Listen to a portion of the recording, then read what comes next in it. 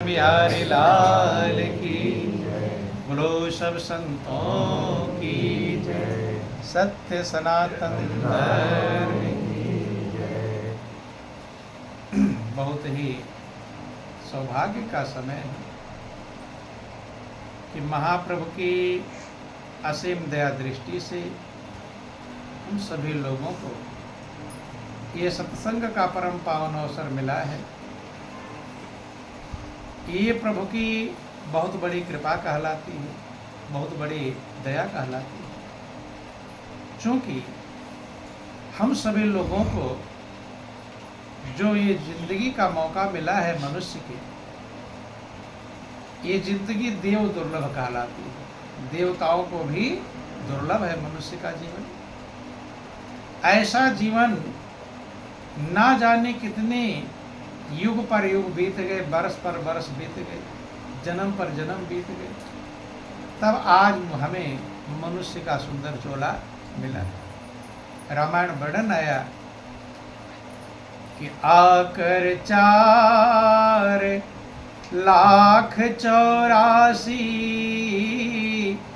योनि भ्रमत यह जीव अविनाशी। 4 प्रकार के जीव बताए गए, स्वेदज, अंडज, पिंडज और उद्भिज। स्वेदज का मतलब जो पसीने से उत्पन्न होते हैं, जिसमें जू है, खटमल है, ये सब आते हैं। दूसरा अंडज है, जो अंडे से पैदा होते हैं, जिसमें पक्षी इत्यादि आते हैं। तीसरा पिंडज है, पिंड माने शरीर से पैदा होते हैं, सब मनुष्य और पशु आता है। और चौथा उद्भिज है, जो जमीन फोड़कर उत्पन्न होते हैं, इसमें पेड़ पौधे आते हैं। तो ये 4 प्रकार के आकर हैं और 84 लाख योनियां हैं। इसी में हमारी आपकी आत्मा, ये जीव आत्मा भटकता रहता है, चक्कर लगाता रहता है। हम आप न जाने कहाँ कहाँ भटके हो। संत समझाते हैं कि कई जन्म भय कीट पतंगा, ऐ मनुष्य तो कई जन्म में कीड़ा मकोड़ा बना था, कई जन्म गजमीन कुरंगा, कई जन्म हाथी मछली हिरण क्या क्या बना था। ये जो मौका आपको प्रभु ने दिया, चांस दिया है, अवसर दिया है मनुष्य की जिंदगी, ताकि हम उस परम लक्ष्य को, जिसको हम ढूंढ रहे हैं, उसे हम प्राप्त कर लें, पहचान लें, ढूंढ लें। लेकिन होता क्या है कि जब आपको मनुष्य की जिंदगी मिल जाती है, और सुनते जरूर है कि बड़े भाग्य मानुष तन पावा, सुर दुर्लभ सब ग्रंथन गावा, कि बहुत बड़े भाग्य से मनुष्य का चोला मिला है। ये देवताओं को भी दुर्लभ है। सुन तो लेते हैं, लेकिन क्या जो मौका देवताओं को नहीं मिला है, हमें मिला है, ऐसा समझ में आता है? ये बात समझ में आती, देवताओं की पूजा पूरी जिंदगी भर करते रहते हैं, लेकिन ये नहीं समझ पाते कि हमें जो मौका हमारे ऊपर प्रभु ने किया है, वो मौका देवताओं को भी नहीं, देवताओं को दुर्लभ। क्योंकि इस जिंदगी में क्या करना है ये लोग समझ पाते नहीं। भाग्यशाली तो बनते हैं, लेकिन इसमें माया का जाल भी मिल जाता है। क्या मिल जाता है? माया का जाल। और उसी जाल में उलझ करके पूरी जिंदगी जाल से छूट पाता नहीं। पूरी जिंदगी उलझता रहता है, सुलझता रहता है, और ये अनमोल जिंदगी को यूं ही गुजार देते। जब आपके ऊपर प्रभु की कृपा होती है, तब सत्संग मिलता है। क्या मिलता है? सत्संग। जिन्हें सत्संग मिलता है, वे जिंदगी को सच्चाई समझ पाते हैं, अन्यथा बिना सत्संग के विवेक पैदा नहीं। कि बिन सत्संग विवेक न होई, राम कृपा बिनु सुलभ न सोई। ये जो सत्संग मिला है, ये राम की कृपा है। प्रभु की कृपा है कि अब भरोस मोहि भा हनुमंता, और बिनु हरि कृपा मिले नहीं संता। तब कुछ विचार आता है कि हमारी जिंदगी मिली तो क्यों मिली, क्या करने के लिए मिला है, क्या सिर्फ खाएंगे पिएंगे कमाएंगे और मर जाएंगे, इतना ही? अगर इतना काम के लिए मिला होता तो फिर मनुष्य और पशु में कोई अंतर नहीं। पशु भी मेहनत करता है, खाता है, अपने बच्चों से प्रेम करता है, वो भी मरकर चला जाता है। मनुष्य भी इतना काम करते हैं, लेकिन मनुष्य का जीवन क्यों मिला है? ताकि आप उस परम सहारे को पकड़ लें। देखो, सहारा तो ढूंढ रहे हैं सभी, कोई बिना सहारे के रहना पसंद नहीं करता। और किसी का सहारा छूटने लगे तो खुश होते हैं कि बेचैन बेचैन। किसी का बेटा अपने घर में ना रखे, बेचैन हो जाते हैं क्योंकि सहारा छूट रहा है। इस दुनिया में आकर के सभी लोग सहारा ढूंढते हैं। क्या ढूंढते हैं? सहारा। जब आप छोटे बच्चे, समझना, छोटे बच्चे थे तभी से सहारा ढूंढ रहे हैं कि नहीं? छोटे बच्चों को आपने देखा होगा, कुछ खा रहा होता, खाना खा रहा है और माँ उठकर जाने लगे कहीं, तो खाना खाएगा कि पीछे दौड़ेगा? हैं? खाना छोड़ देगा, किसके पीछे दौड़ेगा? माँ के पीछे। सब लोग देखते हैं। तो किसी ने बच्चे को सिखाया, ये पढ़ा भी तो स्कूल गया नहीं, भी तो छोटा है, अभी पढ़ा भी नहीं, जानता है कि माँ ही मेरी सहारा है और ये जा रही है, न जाने गायब हो जाए, खो जाए, ना मिले, इसलिए खाना पीना छोड़कर माँ के पीछे दौड़ता है। सभी लोग देखते हैं, किसी ने सिखाया नहीं। कोई कहता है कि माँ जब जाने लगे पीछे दौड़ना? कोई सिखाता है? ध्यान देना, हमारे अंदर भी यही खोज है कि ये सहारा मेरा छूट गई, फिर मिलेगी कि ना मिले कुछ भरोसा नहीं। और बड़े हुए तमाम सहारे ढूंढते हैं। पिता का सहारा है, हित मित्रों का सहारा, साथी ढूंढते हैं कि जिसका साथी बलवान हो गया वो सही रहेगा, हैं? साथियों को ढूंढते हैं। धन का सहारा ढूंढते हैं, धन भी एक सहारा है, भाई पैसा रहेगा सब काम कर लेंगे। आगे और बढ़ते हैं, नेताओं का सहारा भी ढूंढते हैं। सारे काम धाम छोड़कर नेता के पीछे दौड़ते रहते हैं। दौड़ते हैं कि नहीं? क्यों? क्योंकि नेता ही कोई कहीं झंझट आएगा, विधायक एमपी एमएलए फोन कर देंगे, सहारा है। अर्थात पूरी जिंदगी मनुष्य सहारा ढूंढता है और ना जाने कितने सहारे आपने पकड़ा है, शायद आप गिन नहीं पाओगे। बेटा बेटी का सहारा, हित मित्र का सहारा, रिश्तेदारों का सहारा है, बहुत सारे सहारे पकड़ लिए, लेकिन अभी निश्चिंत नहीं होता। अपने मन से पूछो, क्या मन संतुष्ट हो गया, निश्चिंत हो गया? मन कहता है कि अभी पक्का, चूंकि जितने सहारे पकड़े हैं ये सहारे कब छूट जाएंगे कुछ ठिकाना, नासवान सहारे हैं। और आत्मा उस सहारे को ढूंढ रही है जो सहारा कभी छूटे नहीं। इसीलिए दुनिया का जब सहारा छूटता है तो लोग बेचैन हो जाते कि नहीं? किसी के पति की मृत्यु हो गई तो पत्नी बहुत व्याकुल हो जाती, दुखी, कि पति मेरा सहारा था, अब छूट गया, अब क्या होगा? लेकिन क्या उसकी ज़िंदगी नहीं गुजरती? उसकी ज़िंदगी गुजर जाती है। किसी का बच्चा पैदा होता, माता पिता मर जाते हैं, लेकिन उसकी भी ज़िंदगी गुजर जाती है, सहयोग करने वाले। चूँकि जो सब सहारों का सहारा है वो है परमात्मा। क्या है? परमात्मा, प्रभु। माता पिता की मृत्यु हो जाती है, पड़ोसी पाल देते हैं, रिश्तेदार पाल देते हैं, कोई ना कोई प्रभु ही व्यवस्था देता है। बंधु, सबसे बड़ा सहारा परमात्मा का है।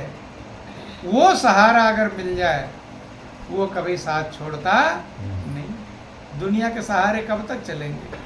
इसीलिए दुनिया का सहारा पाकर भी देखो, बड़े बड़े देशों में मिसाइलें, बम क्या क्या बना रखे हैं, परमाणु बम बना लिया है, लेकिन इतना सहारा, वही एक सहारा है, लेकिन फिर भी निश्चिंत हो पाते नहीं।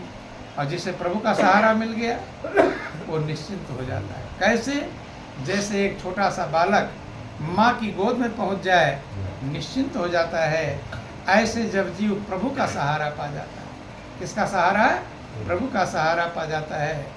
रामायण में लिखा गया कि जैसे मछली तालाब में हो, तालाब का पानी सूखने लगे तो मछली खुश होगी कि बेचैन होगी? अब सूख जाएगा मरूंगी, क्योंकि वही उसका जीवन है। सूखने लगता फड़फड़ाती है। लेकिन वही मछली अगर समुद्र के अथाह जल में पहुंच जाए, जहां कहीं कभी सूखने की उम्मीद नहीं है, तो मछली आनंदमग्न हो जाती है। यही हाल रामायण में लिखा गया कि सुखी मीन जो नीर अगाधा, तिम हरि चरण नये कौ बाधा। जैसे मछली अथाह जल में, समुद्र के जल में पहुंच जाए सुखी हो जाती है, ऐसे जीव प्रभु के चरणों में पहुंच जाए। कहाँ पहुंच जाए?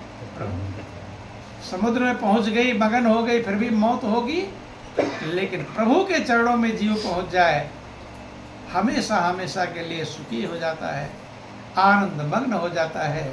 क्योंकि जब प्रभु का सहारा मिल जाता है तब उसकी टेंशन खत्म हो जाती है, चिंता खत्म हो जाती है। परमात्मा एक ऐसा सहारा है जो कदम कदम पर आपको रास्ता दिखाने का कार्य करता है। क्या करता है? राह दिखाते हैं। अब कैसे करो, अब कैसे चलो, अब क्या करो। बंधु, प्रभु मार्गदर्शक बन जाते हैं। दुनिया में रास्ते दिखाने वाले बहुत हैं, जरूरी नहीं कि सही रास्ता दिखा दे। कभी कभी कोई गलत रास्ता लोग बता देते हैं, लेकिन प्रभु अगर आपका मार्गदर्शक बन जाए, परमात्मा पथ प्रदर्शक बन जाए, तो वो हमेशा सही मंजिल पर ही पहुंचाएंगे। उसी सहारे को पकड़ने के लिए ये जिंदगी मिली है कि सब सहारे हैं जिसके सहारे। दुनिया का सहारा भी उसी के सहारे है। दुनिया के सहारे भी जब तभी काम करते हैं जब प्रभु की कृपा होती है। अगर प्रभु की कृपा होती है कि जा पर कृपा राम की होई, ता पर कृपा करे सब कोई। जिस पर प्रभु की कृपा होती है सबकी कृपा हो जाती कि नहीं?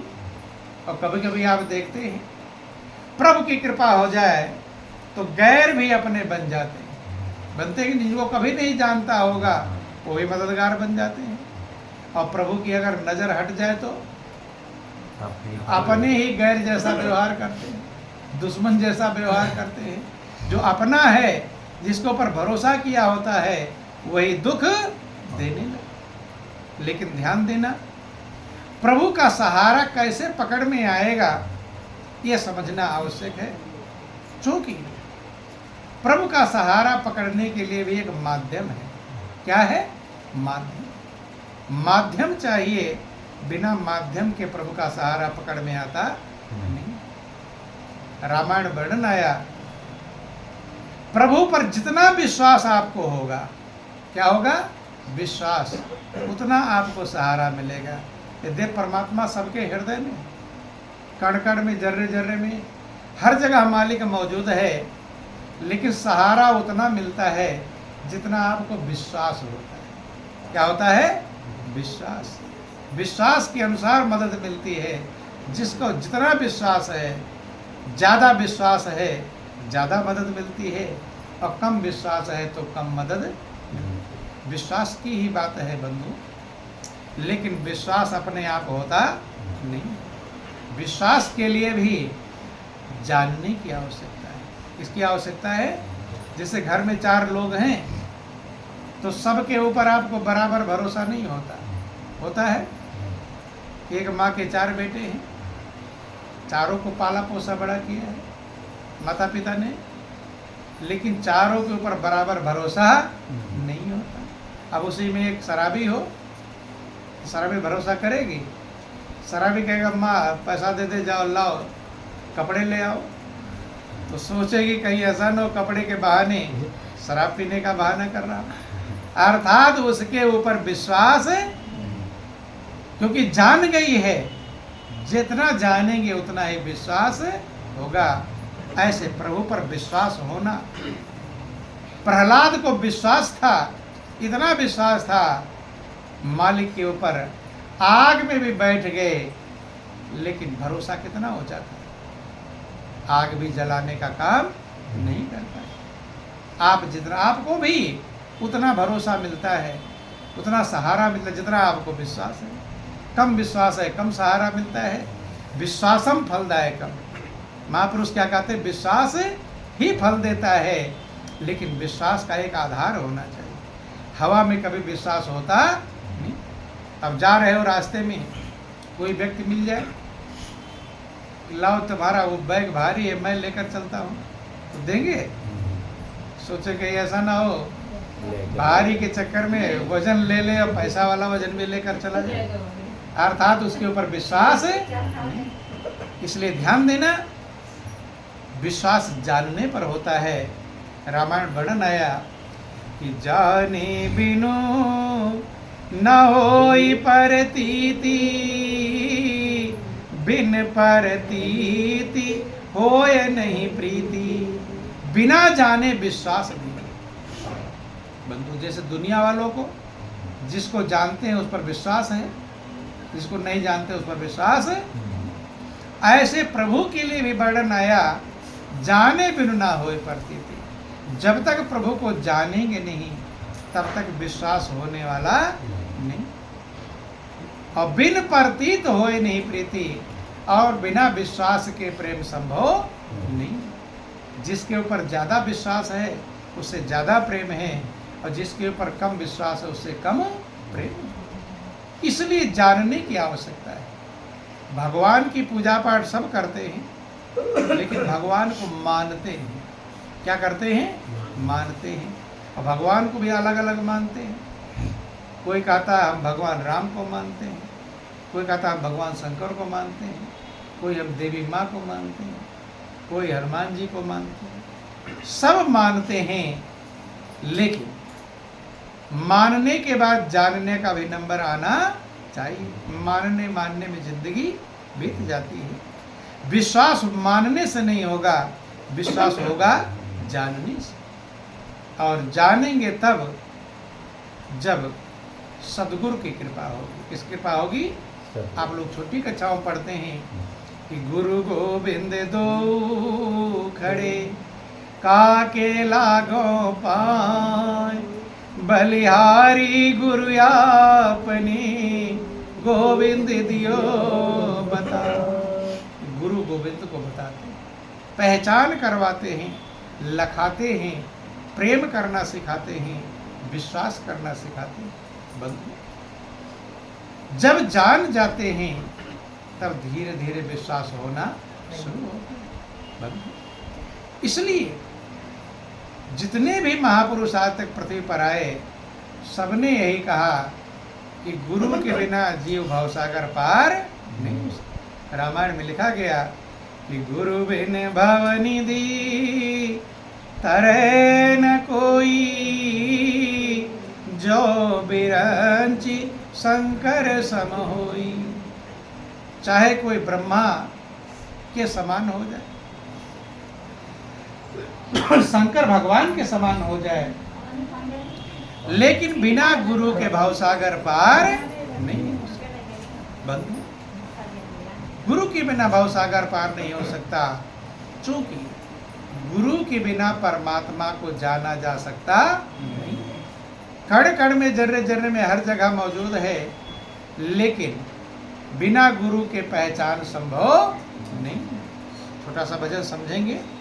बोलो वृंदावन बिहारी लाल की जय। हर मिलता नहीं है आत्म ज्ञान, सतगुरु के बिना मिलता नहीं है आत्म ज्ञान, सतगुरु के बिना मिलता नहीं है आत्म ज्ञान, सतगुरु के बिना मिलता नहीं है आत्मज्ञान सतगुरु के बिना होता नहीं है कल्याण सतगुरु के बिना होता नहीं है कल्याण सतगुरु के बिना मिलता नहीं है आत्मज्ञान सतगुरु के बिना मिलता नहीं है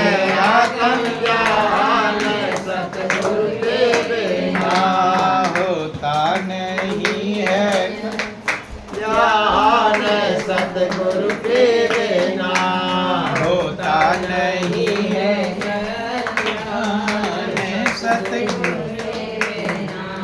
पांच तत्व का जगत झमेला पांच तत्व का जगत झमेला पांच तत्व का जगत झमेला पांच तत्व का जगत झमेला मन का बना है तू गुलाम सतगुरु के बिना मन का बना है तू गुलाम सतगुरु के बिना मिलता नहीं है आत्मज्ञान सतगुरु के बिना मिलता नहीं है आत्मज्ञान सतगुरु के बिना घट घट में वह साईं बिराजे घट घट में साईं बिराजे घट घट में वह साईं बिराजे घट घट में साईं बिराजे होती नहीं है पहचान सतगुरु के बिना होती नहीं है पहचान सतगुरु के बिना मिलता नहीं है आत्मज्ञान सतगुरु के बिना मिलता नहीं है आत्मज्ञान सतगुरु के बिना होता नहीं है कल्याण सतगुरु के बिना होता नहीं है कल्याण सतगुरु के बिना बड़े कठिन हैं यम के फंदे बड़े कठिन है यम के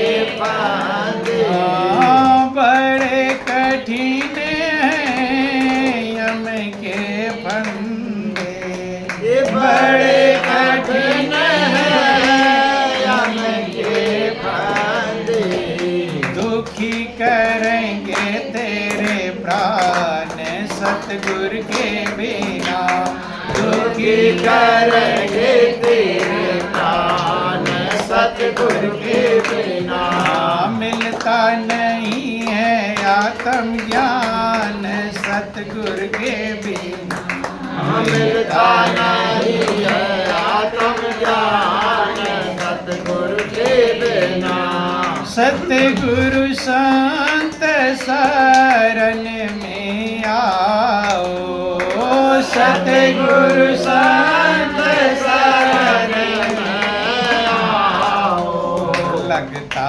नहीं है कुछ दाम सतगुरु के बिना लगता नहीं है कछु नाम सतगुरु के बिना मिलता नहीं है आत्मज्ञान सतगुरु के बिना मिलता नहीं है आत्मज्ञान सतगुरु के बिना होता नहीं है कल्याण सतगुरु के बिना होता नहीं है कल्याण सतगुरु के बिना देखो प्रहलाद की आप कहानियां सुनते हैं प्रहलाद गुरु नारद की शरण में गए।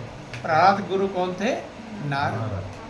और प्रहलाद को आपने देखा होगा, अभी थोड़ा सा कष्ट लोगों पर पड़ता है, व्याकुल हो जाते हैं, बेचैन हो जाते हैं, दुखी हो जाते हैं बंधु। लेकिन प्रहलाद के ऊपर कितना कष्ट आया था। प्रहलाद को हाथी से कुचलवाया गया, पहाड़ से गिराया गया, गर्म खंभे में बांधा गया, क्या क्या आग में जलाया गया। लेकिन प्रहलाद घबराया क्यों? गुरु महाराज जी ने प्रभु की पहचान करा दिया। हृदय में तो सबके है कि कस्तूरी कुंडल बसे, मृग ढूंढे बनमाहि, ऐसे घट घट राम हैं दुनिया जाने। सबके हृदय में प्रभु हैं। हनुमान जी भी सीना फाड़ कर हृदय में दिखाते हैं, यही समझाते हैं कि जैसे मेरे हृदय में हैं ऐसे तुम्हारे हृदय में भी मौजूद हैं। मैंने पहचाना है और तुम भी पहचानो। ये पहचान प्रहलाद को गुरु नारद ने करा दिया था। यही कारण था जब उसके पिता हिरण्यकश्यप कहते थे कि मुझे भगवान मानो, मैं भगवान हूँ। प्रहलाद कहते थे नहीं, मैं भगवान को पहचानता हूँ। मेरे गुरु महाराज जी ने परमात्मा को लखा दिया है, वो कण कण में, जर्रे जर्रे में है, हर जगह मौजूद है बंधु। अब बेटा है जिसका नाम मानता हो, सारा प्रजा तो मान रही भगवान, लेकिन हिरण्यकश्यप का बेटा प्रहलाद ही उसे भगवान नहीं। तो समस्या हिरण्यकश्यप के सामने। उसने विचार किया ये मर जाएगा तब तो सब मानेंगे, ये झंझट पैदा कर देगा। स्कूल में भेजा, मास्टर के पास, पंडितों के पास, इसे समझा दो। लेकिन जब प्रहलाद गए स्कूल में तो और बच्चों को, जो सब लोग हिरण्यकश्यप को भगवान मानते थे, उनको भी समझा दिया कि ये नहीं, भगवान उसे कहते हैं जिसका कभी नाश होता, जो अविनाशी है और वो हृदय में है। उसकी पहचान कहाँ होती है? तो बच्चे भी जो हिरण्यकश्यप को मानते थे वो उन्हें झंझट हो गई। मास्टर ने कहा इसे मैं क्या पढ़ाऊंगा, ये और बच्चों को पढ़ा दिया। अर्थात वहाँ से भी प्रहलाद को वापस आ जाना पड़ा। फिर हिरण्यकश्यप ने विचार किया इसे तो इसे मार डालना ही सही है। मर जाएगा तो झंझट तो कम से कम नहीं करेगा। आज भी कभी कभी लोग अपने घर वालों को ही मार डालते हैं। देखते झंझट है, झंझट खत्म करने के लिए कोई माँ को मार डालता है, कोई पिता को मार डालता है, कोई भाई, कोई किसको, बंधु। मारने का प्रयास किया, लेकिन जहां भी मारने का प्रयास करते प्रहलाद के वो प्रभु का सहारा मिला था। किसका सहारा मिला था? प्रभु का भरोसा मिला था। तो गुरु के द्वारा प्रभु का नाम मिला था, जो निरंतर सुमिरन चलता रहता है। एक पल भी नाम के सुमिरन को प्रहलाद बंद करते नहीं। मौत का भी समय आया, लेकिन प्रहलाद घबराए नहीं। क्यों नहीं घबराए? चूंकि ज्ञान की ये कीमत है कि जो कुछ भी हो जाए वो प्रभु की व्यवस्था को समझता है। पहाड़ से धक्का दिया जा रहा है, प्रहलाद जानते हैं कि बिना प्रभु की मर्जी के एक पत्ता हिलता नहीं। प्रभु की मर्जी है तभी तो पहाड़ से फेंका जा रहा है। इसके चक्कर में मैं अपने भजन क्यों छोड़ दूं? कि पिता प्रहलाद को मारा, न प्रभु का नाम छोड़ा है, प्रभु के नाम के सुमिरन को नहीं छोड़ा। और ध्यान देना, कहते जाको राखे साइया मार सके न कोई, और बाल न बांका कर सके जो जग बैरी। जब पहाड़ से गिराया गया तो ऐसा चक्रवात, जिसे आप लोग बाउंडर कहते हैं, आप लोग गोल गोल हवाएं घूमती हैं, चक्रवात कहते हैं, पर चक्रवात चलती हैं। तो ऐसा चक्रवात हवाएं चली, प्रहलाद फेंक तो किए, लेकिन उसमें घूमते घूमते आराम से इसे झूला झूलते हुए आ रहे हैं बंधु। क्योंकि प्रभु ही तो सब कुछ करने वाले। ऐसी हवा चली, धीमे से आकर गिरे तो भी नहीं मरे। आग में जलाने की कहानी आप लोग सुनते हैं। सब उपाय करके जब फेल हो गए, हिरण्यकश्यप बड़े चिंता में बैठे थे। भाई किसी को कोई उल्टा हो मार ही सकते हैं, और जो मरे ही ना फिर क्या करेंगे? फिर तो बेचैन हो गया हिरण्यकश्यप, मर ही नहीं रहा है, चिंता में बैठे थे। तो प्रहलाद की बुआ थी होलिका, क्या नाम था? होलिका। उसने अपने भाई से पूछा, भाई क्यों बड़े चिंतित हो, टेंशन में हो? हिरण्यकश्यप ने कहा, बहन क्या करो, ये एक ऐसा दुश्मन है जो मारने से मरता नहीं, अब क्या करो? तो होलिका ने कहा, तुम चिंता मत करो, ये चिंता मैं खत्म कर दूंगी। क्या? कि उन्हें एक वरदान मिला था, एक वस्त्र मिला था वरदान में ब्रह्मा से, अगर उसे ओढ़ कर बैठ जाएंगी आग में तो जलेंगी नहीं। उन्होंने कहा, मैं इसको गोद में लेकर आग में बैठ जाऊंगी, है? ये जल जाएगा और मैं जलूंगी नहीं, क्योंकि मुझे वरदान मिला हुआ है। बंद। लेकिन प्रभु ऐसी व्यवस्था है, परमात्मा की ऐसी पावर है, प्रभु भक्त के लिए सब कुछ बदलने को तैयार होते हैं, कि अपना मान टले टल जाए पर भक्त का मान न टलते। हिरण्यकश्यप खुश हुआ कि अब तो मर ही जाएगा, प्रहलाद को लेकर बैठ गई आग में। प्रहलाद ने मना नहीं किया, वो भक्त का स्वभाव है, प्रभु की हर व्यवस्था में राजी रहता है। प्रभु का इतना भरोसा, वही भरोसा वाली बात, विश्वास इतना होता है कि जाके सिर पर राम ताई को बार न बाके। पलटूदास ने लिखा कि पलटूदास कहते, मुझे चिंता नहीं रहती, हमें चिंता नहीं उनकी, उन्हें चिंता हमारी। जब आप प्रभु के चरणों में लव लगाते हो तब आपकी चिंता गायब हो जाती है, और आपकी चिंता कौन करता है? परमात्मा करने लगता है। और जब तक आप अपनी चिंता करते हो तब तक आप अपने पर जिम्मेदार हो। पलटूदास ने लिखा कि पलटू सोए मगन में साहिब चौकीदार।